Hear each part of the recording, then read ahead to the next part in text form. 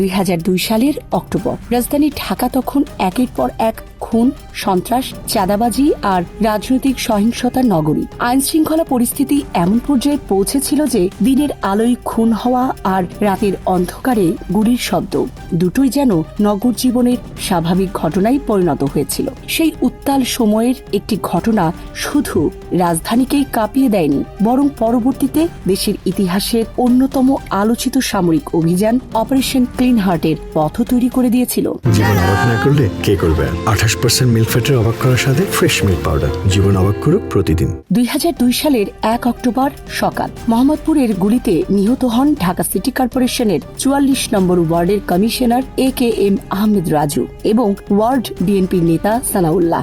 রাজধানীতে এটি ছিল আরেকটি বহুল আলোচিত রাজনৈতিক হত্যাকাণ্ড, কিন্তু ঘটনার গুরুত্ব আরও বেড়ে যায় কারণ মাত্র 2 দিন আগেই আরেক ওয়ার্ড কমিশনার শাহাদাত শিকদার খুন হয়েছিলেন। মোহাম্মদপুর টাউন হল এলাকা তখন উত্তপ্ত। আসাদ এভিনিউ ও শেরশাহ সুরি রোডের সংযোগস্থলের কাছে ছিল কমিশনার রাজুর কার্যালয়। প্রত্যক্ষদর্শীদের ভাষ্য অনুযায়ী সেদিন অফিস থেকে বের হওয়ার সময় এক যুবক খুব কাছ থেকে তাকে লক্ষ্য করে পরপর কয়েক রাউন্ড গুলি ছোড়ে। 2টি গুলি রাজুর বুকে লাগে। গুলিবিদ্ধ অবস্থায় তিনি পাশের একটি মসজিদের দিকে দৌড়ে আশ্রয় নেওয়ার চেষ্টা করেন, তবে শেষ পর্যন্ত প্রাণে বাঁচতে পারেননি। একই হামলায় নিহত হন তার সহযোগী সানাউল্লাহ। ঘটনার পরপরই মোহাম্মদপুর জুড়ে উত্তেজনা ছড়িয়ে পড়ে। রাজুর সমর্থকেরা রাস্তায় নেমে যান। বিভিন্ন স্থানে ভাঙচুর শুরু হয়। আইন শৃঙ্খলা পরিস্থিতি নিয়ন্ত্রণে অতিরিক্ত পুলিশ মোতায়েন করা হয়। এলাকা জুড়ে ছড়িয়ে পড়ে আতঙ্ক ও অনিশ্চয়তা।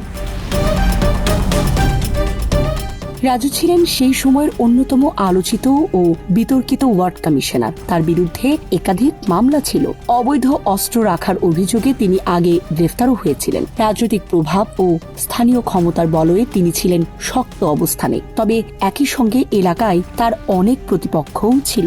রাজুর নিরাপত্তা নিয়ে তখন বিশেষ ব্যবস্থা ছিল। মিরপুরের কমিশনার নিউটন হত্যাকাণ্ডের পর সরকার ওয়ার্ড কমিশনারদের জন্য পুলিশি নিরাপত্তার অনুমতি দেয়। সেই সুবিধার আওতায় রাজুর নিরাপত্তায় পালাক্রমে 9 জন পুলিশ সদস্য দায়িত্ব পালন করতেন। ফলে প্রশ্ন উঠেছিল, এত কড়া নিরাপত্তার মধ্যেও কিভাবে প্রকাশ্যে তাকে হত্যা করা সম্ভব হলো?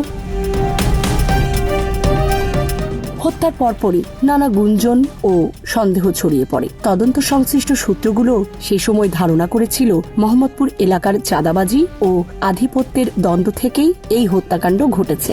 সন্দেহের তালিকায় উঠে আসে শীর্ষ সন্ত্রাসী ও ছাত্রদল নেতা পিচ্ছি হেলালের নাম। অভিযোগ ছিল এলাকায় চাঁদাবাজি নিয়ন্ত্রণ নিয়ে তার সঙ্গে রাজুর দ্বন্দ্ব তৈরি হয়েছিল। রাজনৈতিক ক্ষমতা ও স্থানীয় প্রভাব বিস্তারকে কেন্দ্র করে সেই বিরোধ ক্রমেই সংঘাতের রূপ নেয়।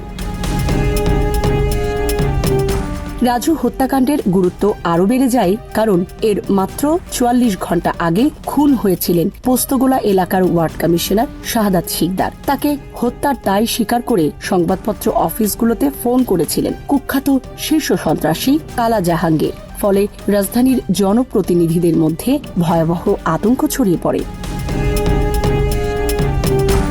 2 কমিশনার হত্যার পর ঢাকা সিটি কর্পোরেশনের নির্বাচিত প্রতিনিধিরা নিজেদের নিরাপত্তা নিয়ে গভীর উদ্বেগে পড়েন। প্রায় সবাই পুলিশি পাহারায় চলাফেরা শুরু করেন। 4 অক্টোবর নগর ভবনে জরুরি বৈঠক ডাকেন তৎকালীন মেয়র সাদেক হোসেন খোকা।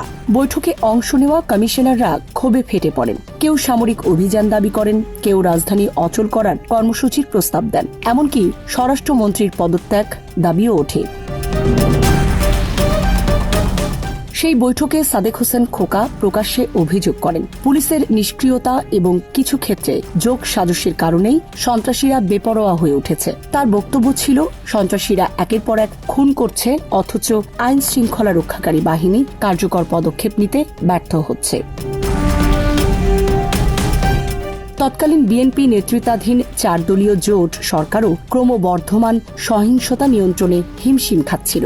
রাজধানী সহ দেশের বিভিন্ন এলাকায় খুন, অপহরণ, চাঁদাবাজি ও সন্ত্রাসী কর্মকাণ্ড সাধারণ মানুষের মধ্যে চরম উদ্বেগ সৃষ্টি করেছিল।